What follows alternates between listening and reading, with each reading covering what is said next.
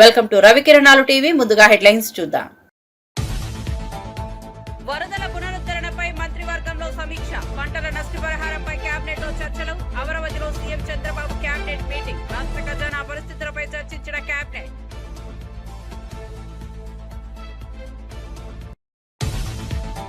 ఉపరాష్ట్రపతి నామినేషన్ దాఖలు చేసిన ఇండియా, ఢిల్లీలో P Sudarshan Reddy nomination filing, India కూటమి వర్గాల్లో ఉత్కంఠ వాతావరణం, ఉపరాష్ట్రపతి అభ్యర్థిగా సుదర్శన్ రెడ్డి ఎంపిక.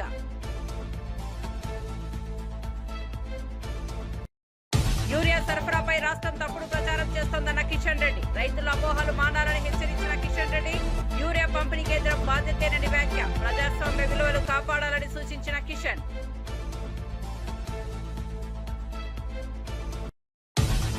తిరుమలలో శ్రీవారిని దర్శించుకున్న నాగ చైతన్య శోభిత దంపతులు, ప్రత్యేక ఏర్పాట్లతో స్వామివారి ఆశీస్సులు అందుకున్న త్రివిక్రమ్, భక్తి ఆధ్యాత్మికతతో శ్రీవారిని దర్శించిన సినీ ప్రముఖులు.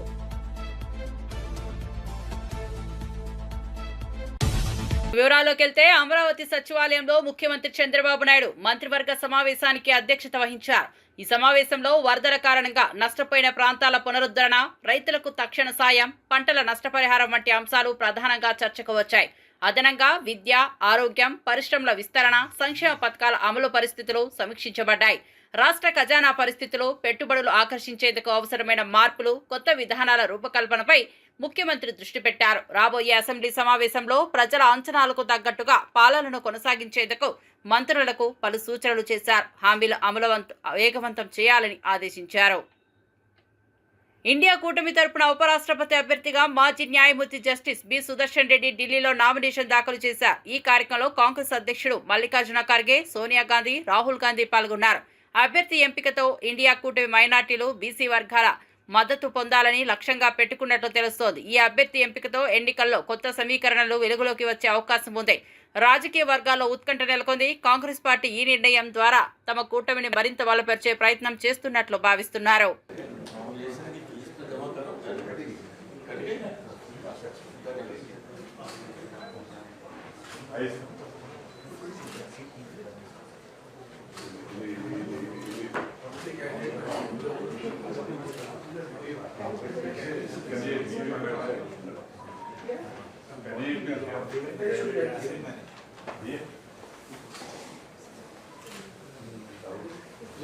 राहुल जी का आपके बगल में शरद पवार जी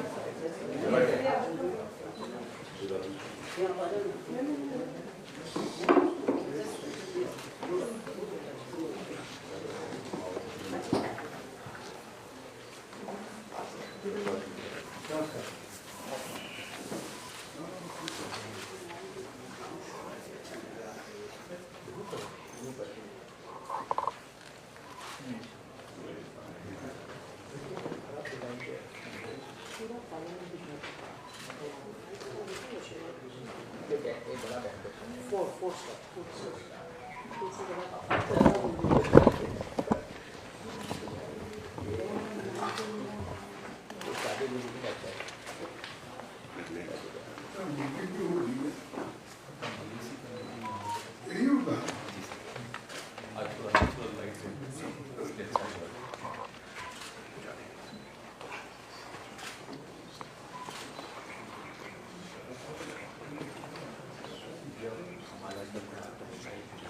वहाँ पे जाना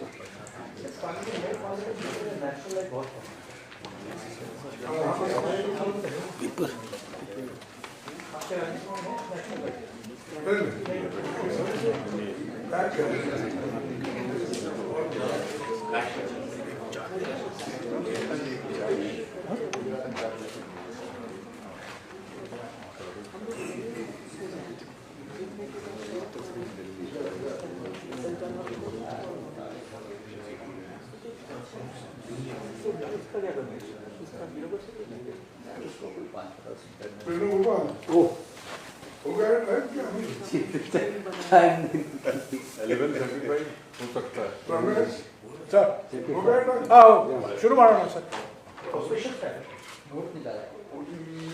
देखते हैं, आप पूछना ना, नहीं तो मेरे को बोलेंगे ऐसे टाइम पे जाते हैं।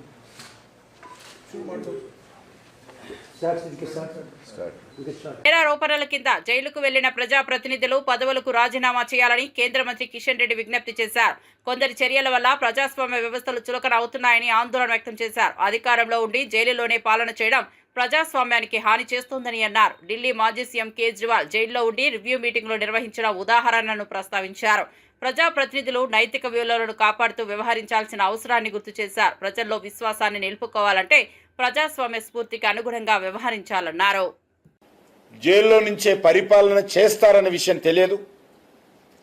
అధికారం కోసం సిగ్గు విడిచి దిగజారి రాజకీయాలు చేస్తారని వారికి తెలియదు. బాధ్యతలో ఉన్నటువంటి వాళ్ళు ఎవరైనా నేరారోపణం కింద జైలుకి వెళితే వాళ్ళు రాజీనామా చేయాలి. ప్రభుత్వం పోదు, ఆ పార్టీ ఇంకోరిని ఎన్నుకోవచ్చు, జార్ఖండ్ లాగా. అంతే తప్ప వ్యక్తుల కోసం వ్యవస్థను దిగదార్చే విధంగా, ప్రజలలో నవ్వులపాలయ్యే విధంగా ఈరోజు కొంతమంది వ్యక్తులు అధికారాన్ని విడిచిపెట్టకుండా జైల్లో ఉండి పరిపాలన చేస్తున్నటువంటి విషయాలను మనం చూస్తూ ఉన్నాము. ఢిల్లీ ముఖ్యమంత్రి అరవింద్ కేజ్రీవాల్ 6 నెలలకు పైగా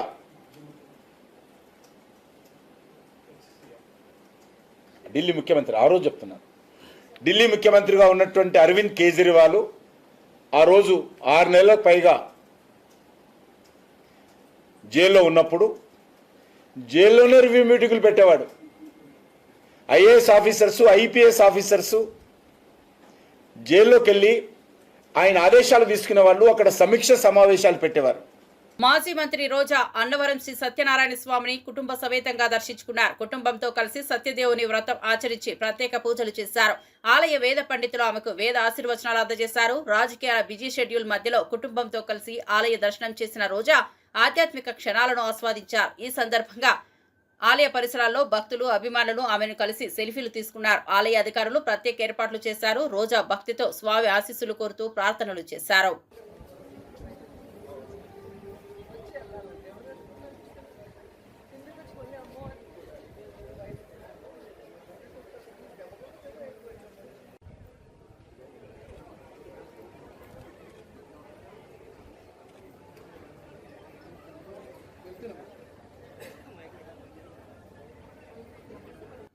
మదనపల్లి వైఎస్ఆర్సీపీ సమన్వయకర్త నిస్సార్ అహ్మద్ మాట్లాడుతూ ప్రజలు మళ్లీ జగన్ను ముఖ్యమంత్రిగా చూడాలని కోరుకుంటున్నారని అన్నారు. చంద్రబాబు హామీలు అమలు చేయడం మోసం చేశారని విమర్శించారు. వైఎస్ఆర్సీపీ ఆధ్వర్యంలో నిర్వహిస్తున్న బాబు షూరిటీ మోసం గ్యారంటీ కార్యక్రమం విజయవంతమవుతోందని తెలిపారు. ప్రజలు జగన్ పాలన పట్ల నమ్మకం ఉంచారని, సంక్షేమ పథకాల ద్వారా లబ్ధి పొందుతున్నారని నిస్సార్ అన్నారు. బాబు మోసాలను ప్రజలు మర్చిపోరని వ్యాఖ్యానించారు. అందరికీ నమస్కారం. ఈరోజు రీకాలింగ్ చంద్రబాబు మేనిఫెస్టో ప్రోగ్రాంలో భాగంగా మేము వచ్చిందులో ఈరోజు మదనపల్లి రూరల్ మండలం, అదేవిధంగా బసినకొండ పంచాయతీ మార్నింగ్ పూట మేము పోయేసిందులో కొండామరి పంచాయతీలో కూడా కంప్లీట్ చేసుకోవడం. ఈరోజు వచ్చిందులో బసినకొండ పంచాయతీలో సర్పంచ్ గారి ఆధ్వర్యంలో ఇక్కడ వచ్చిందులో ఎంపీపీ వెలుగు చంద్ర గారు, అదేవిధంగా మన బావజాన్ గారు, అదేవిధంగా మన కన్వీనర్ వచ్చిందును మన కరుణాకర్ రెడ్డి గారు, మన తట్టి శ్రీనివాసరెడ్డి గారు, ప్రతి ఒక్కరూ ఇంకా వైఎస్ఆర్ శ్రేణులు అందరూ ఇక్కడ వచ్చేసి కౌన్సిలర్లు, తర్వాత సర్పంచెస్ అందరూ వచ్చేసి ఇక్కడ గడప గడపకు తిరిగి ప్రజల గడప గడపకు తిరిగేదాన్ని కూడా మేమందరూ పూనుకున్నాము. ఈ తిరగడం మేము ముఖ్య ఉద్దేశం ఏమంటే ఏ విధంగా ఈ గవర్నమెంట్ మాట తప్పి ఏ రకంగా పెత్తందారుల సైడ్ నిలబడిందో ఆ రోజు వచ్చిందని మేము ముందే చెప్పారు జగన్మోహన్ రెడ్డి గారు, పెత్తందారుల పక్కన నిలబడే ప్రభుత్వం అది అని. అది నిజంగా ఈ రోజు నిజమైంది. ఎక్కడ చూసినా పెత్తందారుల కోసం పోలవరం ప్రాజెక్ట్ అని చెప్పింది, అమరావతి అని చెప్పేసిందను దాని మీద కాన్సన్ట్రేట్ చేస్తూ ఇక్కడ ప్రజలకు పేద ప్రజల గురించి వాళ్ళ అభివృద్ధి గురించి టోటల్ విస్మరించేసింది. నానా ఇబ్బందులు ప్రజలు పడతా ఉండరు. ఇక్కడ వీళ్ళు లేరు, వాలంటీర్ వ్యవస్థ లేదు, ఏ రకంగా కూడా వాళ్ళకి బియ్యాలు వచ్చేదని ముందు డోర్ డెలివరీ వచ్చేదని ప్రతి ఒక్కరు వెహికల్స్ వచ్చి ఇక్కడ ఇచ్చేది. ఈ రోజు వీళ్ళందరూ స్టోర్ల కాడికి పోయేసి ఆడ పడిగాపులు కాసే పరిస్థితి అయిపోతా ఉంది. వాళ్ళు చెప్పిన టయానికి పోవాలా, ఉండంటే తీసుకోవాలా, లేదంటే లేదు అయిపోయిపోవంటే వెళ్ళిపోవాలా, అట్లా ఇబ్బందులు పడతా ఉంటారు. రోడ్ల పరిస్థితి దారుణంగా ఉంది. ఇప్పుడు నేను అదే అడుగుతున్నా, ఈ ప్రభుత్వం వచ్చిన తర్వాత మనం వైఎస్ జగన్మోహన్ రెడ్డి గారు పరిపాలన 5 సంవత్సరాల్లో ప్రతి విలేజెస్ కూడా తార్ రోడ్ వేసాం. దగ్గర ఓటింగ్ కాల్ సంవత్సరం అవుతుంది ఈ ప్రభుత్వం వచ్చి. ఒక్క తార్ రోడ్ అయినా ఏ విలేజ్ కైనా ఒక్క తార్ రోడ్ అయినా వేస్తారని ప్రశ్నిస్తాను. ఎక్కడ కూడా ఏమీ లేదు. కేవలం పెత్తందారుల పక్షాన నిలబడి వాళ్ళ లబ్ధి కోసం అమరావతి తప్ప వేరే అజెండానే లేదు, పోలవరం తప్ప వేరే అజెండానే లేదు. ప్రజలు ఎట్లా బతుకుతా ఉన్నారు, ఏం చేస్తా ఉన్నారు అనేది ఏమి ఇదే లేదు. కేవలం అధికారంలో ఉన్నా అధికారంలో లేకపోయినా ప్రజల పక్షాన నిలబడే పార్టీ వచ్చి వైఎస్ జగన్మోహన్ రెడ్డి గారే వైఎస్ఆర్సీపీ పార్టీని. ఈ రోజు ఆయన అధికారంలో లేకుంటే కూడా ఎంత కుమిలిపోతా ఉన్నాడంటే ప్రజలకు అన్యాయం చేస్తా ఉన్నారు. నేను ఈ విధంగా వాళ్ళకు అన్ని రకాలుగా మేలు చేశాను, అన్ని రకాలుగా వాళ్ళకు ఆదుకున్నాను. ఈ రోజు వాళ్ళకి వచ్చిందని రండి రోడ్డు మీద వదిలేసినారు. చాలా మా ప్రజలు ఇబ్బందులు పడతా ఉన్నారు. మీరు పోయి ప్రజలకు చెప్పండి ఏ రకంగా వాళ్ళు మోసపోయినారు, ఏ రకంగా వాళ్ళు తప్పుడు వాగ్దానాలు చేసి మయమర్చి ప్రజలకు మోసం చేసి ఈరోజు ఓట్లు తీసుకొని ఈరోజు వచ్చిన తర్వాత టోటల్ విస్మరించేసినారు. ఇదంతా పోయి చెప్పే బాధ్యత మీ మీద ఉంది అని చెప్పి ఆయన మన భుజస్కంధాల మీద ఆ బాధ్యత పోసినారు. అందువల్ల ప్రతి కార్యకర్త ఇక్కడ అదే పనిగా పోయి ప్రతి గడపకు పోయేసును ఏ రకంగా ఈ ప్రభుత్వం అన్యాయం చేస్తోంది ప్రజలకు అని చెప్పి మనము 100% వాళ్ళకి అవగాహన కల్పిస్తే 100% ఇంక మీదట వాళ్ళు వచ్చిన సుపరిపాలనని తొలెడుకొని మళ్ళా మీ దగ్గరికి వస్తారు. అప్పుడు మీరు మళ్ళా తిరిగి మోసపోకుండా వచ్చిన వెంటనే మీకు ఒక నమస్కారం మీ నుండి పోండి నేను చెప్పేటట్టు మీరు ఉండాల. దానికోసం అవగాహన కల్పించేదానికే మేమందరూ ఈరోజు వైఎస్ఆర్ శ్రేణులు అందరూ ఇక్కడ వచ్చేస్తున్నాము. గడపకు మన సెంట్రల్ ఆఫీస్ దీని ప్రకారం వాయిస్ ప్రకారం మేమందరూ ఇక్కడ తిరుగుతూ ఉన్నాము. ఈ రోజు మనం వచ్చేది మండల్ లెవెల్లో కంప్లీట్ చేసుకున్నాము, కాన్స్టిట్యున్సీ లెవెల్లో కంప్లీట్ చేసుకున్నాము. ఇప్పుడు మున్సిపల్ వార్డ్స్లోను గ్రామ పంచాయతీలో కూడా మేము టేకప్ చేయడం జరుగుతుంది. ఖచ్చితంగా ప్రతి ఒక్కరూ ఇది చేసి ఈరోజు కార్యకర్తలదే బాధ్యత. కార్యకర్తలు ప్రతి ఒక్కరూ పోయి అవగాహన కల్పిస్తే ఇంకా రాబోయే దినాల్లో జగన్మోహన్ రెడ్డి 2.0 గాని వచ్చిందంటే కార్యకర్తలకే పెద్ద పెట్టేస్తారు. కార్యకర్తలకు మంచి జరుగుతుంది, ప్రజలకు మంచి జరుగుతుంది. పేదల పక్షాన నిలబడే పార్టీ వైఎస్ జగన్మోహన్ రెడ్డి, వైఎస్ఆర్సీపీ పార్టీనే వైఎస్ జగన్మోహన్ రెడ్డి గారే. కాబట్టి ప్రజలందరూ ఇది గుర్తుపెట్టుకోవాలా. ఖచ్చితంగా ఈ రోజు మనకు అంధకారం ఉంది, తిరిగి జగన్మోహన్ రెడ్డి గారు తిరిగి వస్తారు. మనకు ఆ సూర్యుడు మళ్ళా ఉదయిస్తాడు, మన బాధలన్నీ తీరుతాయని చెప్పి సమయం తెలుపుకుంటూ ప్రతి ఒక్కరూ దీంట్లో పాలు పంచుకోవాలని చెప్పి ఈ సందర్భంగా కోరుకుంటూ అందరూ గడపడకు తిరగాలని చెప్పి డిమాండ్ కోరుకుంటాం. రాష్ట్ర ప్రభుత్వం యూరియా సరఫరాపై తప్పుడు ప్రచారం చేస్తోందని కేంద్ర మంత్రి కిషన్ రెడ్డి మండిపడ్డారు. రైతుల్లో అపోహలు సృష్టించడం మానాలని సూచించారు. యూరియా సరైన రీతిలో పంపిణీ చేస్తామని కేంద్రం బాధ్యత వహిస్తోందని స్పష్టం చేశారు. ప్రభుత్వాలను కాపాడే నేతలకు నైతిక విలువలు ఉండాలని అన్నారు. లోక్సభలో బిల్లులు కూడా ఈ విలువల కోసం పెట్టామని గుర్తు చేశారు. కేటీఆర్ లేవనెత్తిన యూరియా అంశంపై స్పందిస్తూ రైతులపై ప్రత్యేక ప్రేమ ఉన్నట్లు చూపించడం సరైంది కాదన్నారు. ప్రజాస్వామ్యాన్ని దెబ్బతీసే చర్యలు మానుకోవాలని సూచించారు.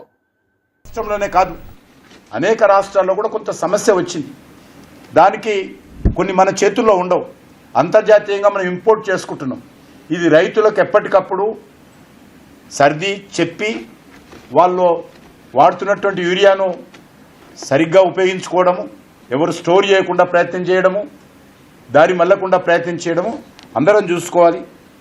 ఇది తెలంగాణలో ఎందుకు ఎక్కువ జరిగిందంటే తెలంగాణ మంత్రులు ప్రతిరోజు యూరియా లేదు అని చెప్పి అడ్డగోలుగా మాట్లాడడంతో చాలామంది అక్రమంగా స్టోర్ చేసుకుంటున్నటువంటి పరిస్థితి మనం చూస్తూ ఉన్నాం. కాబట్టి ఎంతైతే కమిట్మెంట్ ఉందో ఈ సంవత్సరం కూడా ఎంతైతే రాష్ట్ర ప్రభుత్వం ముందు మనకు అడిగిందో అంత యూరియా ఈరోజు ఇవ్వాలనేటువంటి నిర్ణయం కేంద్ర ప్రభుత్వం నిన్న మాట్లాడినప్పుడు తీసుకున్నారు. అంత యూరియా తప్పకుండా కాంగ్రెస్ పార్టీ ప్రభుత్వం అడిగినా అడగకపోయినా తప్పకుండా ఇస్తాము. డిస్ట్రిబ్యూషన్ కావాల్సినటువంటి ఎరువులు అందుబాటులో పెట్టాల్సినటువంటి బాధ్యత కేంద్ర ప్రభుత్వం. తప్పకుండా మేము అందుబాటులో పెడతాము, మీరు సక్రమంగా డిస్ట్రిబ్యూషన్ చేయండి అనే విషయాన్ని ఈ సందర్భంగా మనం చేస్తాము. మేము యూరియా ఇస్తే సపోర్ట్ చేస్తాం. చిన్నపిల్లల ఆట ఉండవు. ఏదో మాకు రైతుల మీద ఆయన ప్రేమ లేనట్టు, ఆయనకే ప్రేమంతా ఉబ్బికొస్తున్నట్టు మాట్లాడితే ఎట్లా? ఆయన మధ్యలో ఆయన ఏమి, ఆయన స్టేట్లో ఉన్నాడా సెంట్రల్లో ఉన్నాడా? ఇచ్చేది మేము, వాడు ఉపయోగించేది అక్కడ రైతులు. మధ్యలో ఈయనకెందుకు కూలుకుపాలు? విజయవాడలో సిఐఐ మహిళా విభాగం ఆధ్వర్యంలో కాన్క్లేవ్ జరిగింది. ఈ సమావేశంలో పలు రంగాల ప్రముఖులు మహిళలు అవకాశాలను వెతకకుండా సృష్టించుకోవాలని పిలుపునిచ్చారు. అన్ని రంగాల్లో మహిళలు అగ్రస్థానంలో నిలవాలనే ఆకాంక్ష ఉన్నా వాస్తవం భిన్నంగా ఉందని ఆవేదన వ్యక్తమైంది. ఇప్పటికే లింగ తేడా, సామాజిక అడ్డంకులు ఉన్నాయని గుర్తించారు. మహిళా నాయకత్వాన్ని పెంపొందించేందుకు సమాజం సహకరించాలని సూచించారు. సమావేశంలో మహిళా శక్తి ఆవిష్కరణ, సమాజంలో మార్పులపై చర్చలు జరిగాయి. Given an opportunity, ladies will make their own impact. But now these are the days, opportunities, అవకాశాల కోసం వెతకడం కాకుండా మన చుట్టూ ఉన్నటువంటి అవకాశాలని అంతిపుచ్చుకొని మనమే ఒక అవకాశాన్ని క్రియేట్ చేసుకోవాలి. ఈ సాంకేతిక ఆధునిక కాలంలో ఖచ్చితంగా ఇప్పుడు ఉన్నటువంటి సోషల్ మీడియాలో ఆ అవకాశాలు మెండుగా ఉన్నాయి. మనకు ఉన్నటువంటి అవకాశాలని మనం అందిపుచ్చుకొని మన ఓన్ ఇంపాక్ట్ మనం వేస్తే సమాజంలో అవకాశాలకి కొదువ లేదు అని చెప్పేటటువంటి ఈ రోజుల్లో లీడర్షిప్కి ప్రాధాన్యం ఇస్తే ఇంకా బాగుంటుంది. ఆ లీడర్షిప్ని మనలో మనం వెతుక్కోవాలి. మన బలంని ఇంకా శక్తివంతం చేసుకోవాలి. We have to strengthen our strengths. బలహీనతల్ని ఇంకా పరచాలి అంటే we have to weaken our weaknesses. అలా చేస్తే ఖచ్చితంగా లేడీస్ విల్ మేక్ వండర్స్. చాలా గొప్పగా చెప్పుకుంటాం, విమెన్ స్పేస్లోకి వెళ్ళారు, లేకపోతే చాలా పెద్ద పెద్ద కంపెనీస్కి విమెన్ సీఈఓస్గా ఉన్నారని చెప్తున్నా కూడా రియాలిటీ ఏంటంటే ఓన్లీ 12% వరకే విమెన్ కొంచెం లీడర్షిప్ రోల్స్లోకి వెళ్తున్నారు. ఒకటి జెండర్ బయాస్ అని ఉండొచ్చు, ఆడ మగ అనే తేడా ఉంటుంది. లేకపోతే వర్క్ ఎన్విరాన్మెంట్ ఒక రిజిడ్గా ఉండి లేడీస్కి ఫ్లెక్సిబుల్గా ఉండట్లేదు.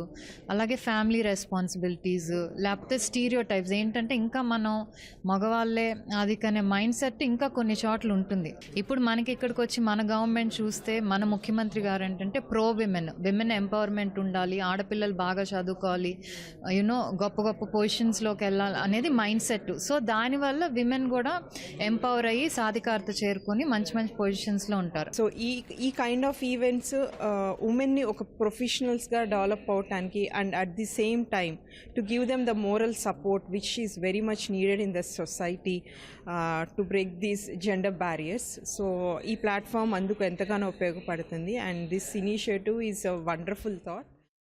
కాంగ్రెస్ పార్టీ బీసీ డిక్లరేషన్ అమలు చేయడంలో విఫలమైందని బీఆర్ఎస్ నేతలు మండిపడ్డారు. బీసీలకు 42% రిజర్వేషన్ల హామీ తప్పిపోయిందని, మద్యం షాపుల్లో రిజర్వేషన్ల పెంపుపైన మాట తప్పిందని ఆరోపించారు. బీసీలను మోసం చేసిన కాంగ్రెస్ కు తగిన బుద్ధి చెబుతామని హెచ్చరించారు. రాబోయే రోజుల్లో కాంగ్రెస్ పై పెద్ద ఎత్తున ఉద్యమాలు చేస్తామని బీఆర్ఎస్ నేతలు పేర్కొన్నారు.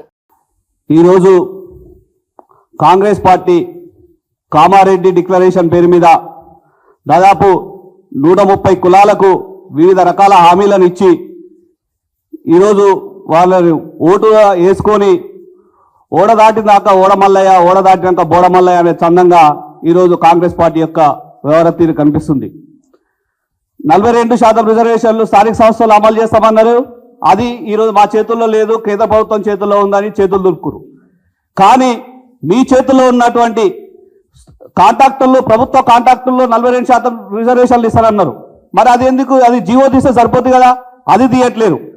ఈరోజు ముఖ్యంగా గౌడ కమ్యూనిటీకి సంబంధించినటువంటి వైన్ షాపుల్లో, బార్ షాపుల్లో బీఆర్ఎస్ పార్టీ ఇచ్చిన 15% కాదు, మేము 25% ఇస్తామని చెప్పారు. మరి ఈరోజు 25% ఇవ్వడానికి అడ్డమైందని మేము ప్రశ్నిస్తున్నాం.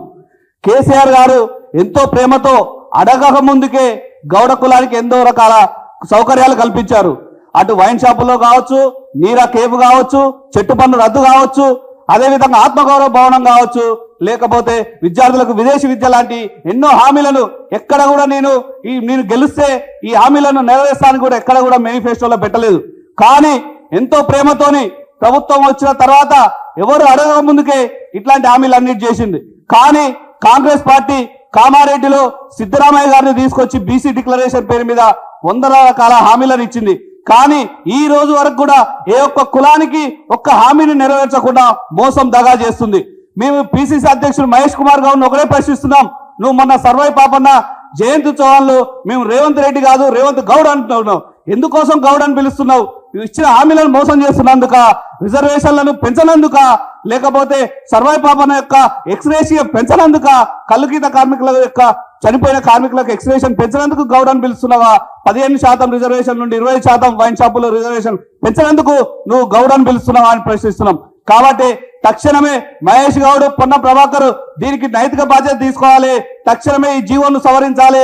ఏదైతే ఇస్తానని 15% నుండి 20% ఇస్తానన్నారో ఆ 25% రిజర్వేషన్ పెంచే వరకు కూడా మీరు ఏ రకంగా చేస్తారో ముఖ్యమంత్రి మీద ఒత్తిడి తీసుకొచ్చి ఆ రిజర్వేషన్ పెంచే వరకు చేయాలి. అవసరం అనుకుంటే మేము అన్ని కుల సంఘాలను, అన్ని బీసీ ప్రజాప్రతినిధులను కలుపుకొని ఏదైతే సిద్ధిరామయ్యతోని కామారెడ్డి డిక్లరేషన్ ప్రారంభించి చెప్పించారు. అవసరం అనుకుంటే కర్ణాటక రాష్ట్రాన్ని పోయి సిద్ధిరామయ్యకు కూడా చెప్తాము. ఈ రేవంత్ రెడ్డి ప్రభుత్వం చేస్తున్న మోసాన్ని, బీసీలకు ఏ రకంగా దగా చేస్తుండో, మోసం చేస్తుండో, మీ చేత ఎలాంటి చెప్పించిండు, ఆ చెప్పించిన హామీలను నెరవేర్చకుండా ఏ విధంగా మోసం చేస్తున్నా అనే విషయాన్ని త్వరలోనే కర్ణాటక రాష్ట్రానికి వెళ్లి సిద్ధిరామయ్యకు కూడా వివరించే ప్రయత్నం చేస్తామని చెప్పి డిమాండ్ చేస్తాం. మాజీ మంత్రి శ్రీనివాస్ గౌడ్ మాట్లాడుతూ కేసీఆర్ పాలనలో 15% రిజర్వేషన్లు ఇచ్చారని, కాంగ్రెస్ ఎన్నికల్లో 25% హామీ ఇచ్చి 17% కొనసాగించిందని విమర్శించారు. కాంగ్రెస్ గౌడ కులస్తులను మోసం చేసిందని ఆరోపించారు. ఖచ్చితంగా టెండర్లను అడ్డుకుంటామని హెచ్చరించారు. కాంగ్రెస్ వంచనకు తగిన సమాధానం ఇస్తామని తెలిపారు. గౌడ్లకు 20% మీరు ఇచ్చిన మాట ప్రకారం పెంచాలి. బార్ అండ్ రెస్టారెంట్లు కూడా మీరు ఇచ్చిన మాట ప్రకారం ఇవ్వాలి. 3 లక్షల ఈఎండి అనేది రద్దు చేయాలి. సొసైటీలకే నేరుగా అప్పచెప్పాలి. ఆ సొసైటీలకే మిగతా ఇష్యూస్ మీరు ఎందుకు చేస్తారో ప్రజలకు తెలుసు. వీళ్ళు బాగుపడొద్దు, ఆర్థికంగా బాగుపడొద్దు, మా మీదనే ఆధారపడాలి, మమ్మల్ని అడుక్కుంటూ ఉండాలి, బిచ్చగాళ్ళ మాదిరిగా ఉండాలి అనేటువంటి ఆలోచనతో వీళ్ళు ఎదుగుతే ఎక్కడ మాకు పోటీ వస్తారనేటువంటి కుట్రతో ఉన్న దుకాణాలు బంద్ చేయాలని చెప్పి ప్లాన్ చేసిండ్రు. మీ తరం కాదు, మీ వల్ల కాదని తెలిసింది. ఎందుకంటే మేము చెప్పినాం దుకాణాలు బంద్ చేసి చూడండి, మిమ్మల్ని దింపుతాం మీ ప్రభుత్వాన్ని చెప్పి కూడా ఆ రోజు చెప్పినాం. మేము నిజంగా ఈ సవాల్ స్వీకరించితే మీరు బంద్ చేసి చూస్తుండ్రి, దుకాణాలు రద్దు చేస్తుండ్రి, నిషేధం చేయాలని చూసిండ్రు, చేయలేకపోయినరు. ఇవాళ కూడా మీరు ఏదో పాపన్న విగ్రహం మేము పెట్టినాం అనుకుంటారు. ప్రజలకు తెలుసు పాపన్న గారి స్థలము ఎవరు హాయంలో కేటాయించిండ్రు. సరే మీరు ఇచ్చిర్రు, మాకు సంతోషమే, దాన్ని మేము కాదనం. కానీ దాన్ని సాకు చేసుకొని ఇవన్నీ ఇవ్వకుండా తాత్సారం చేసి ఇవి ఇవ్వకుండా మోసం చేస్తే ఎట్టి పరిస్థితుల్లో ఊరుకోం.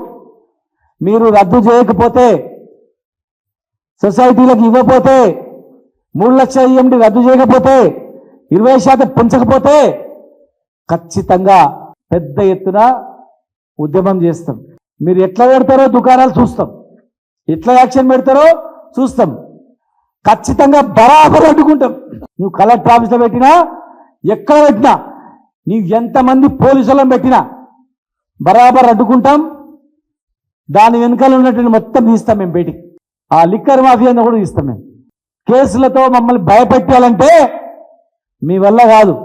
మేము కూడా సర్వాయి పాపన్న వారసులం. మేము టాటాకి చెప్పులకు భయపెట్టడం కాదు, ప్రాణాలకు తెగించి వృత్తి నుంచి వచ్చినటువంటి జాతిది.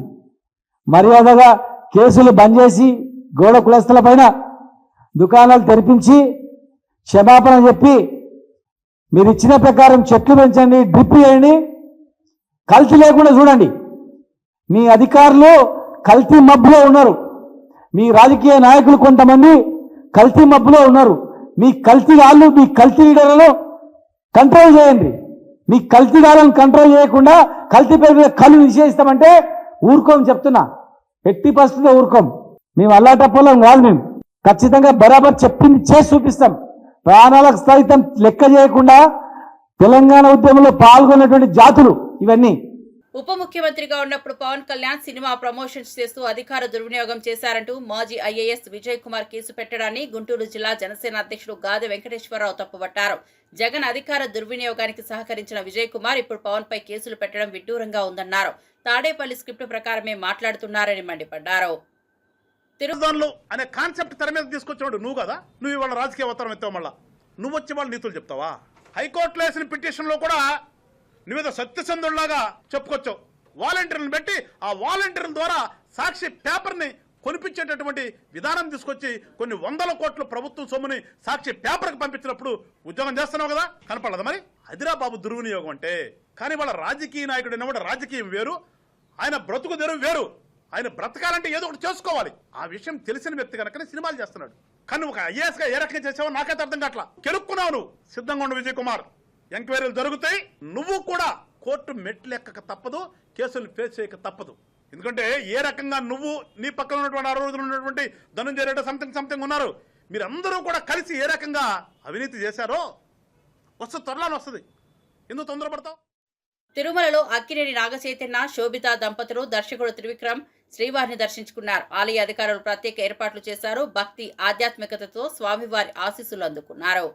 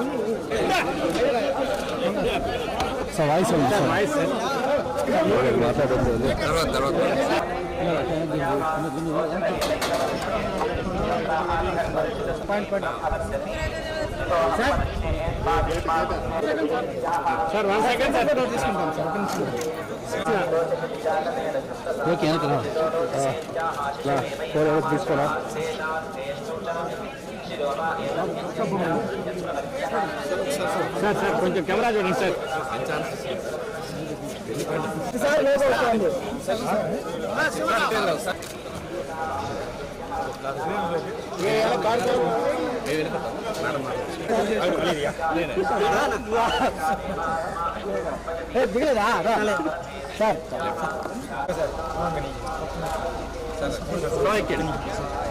శ్రీ సత్యసాయి జిల్లా పుట్టపర్తిలో కెనరా బ్యాంక్ ఆధ్వర్యంలో గ్రామీణ స్వయం ఉపాధి శిక్షణ సంస్థను కలెక్టర్ చేతన ప్రారంభించారు. గ్రామీణ యువతకు ఉపాధి అవకాశాలు, శిక్షణ అందించనుంది.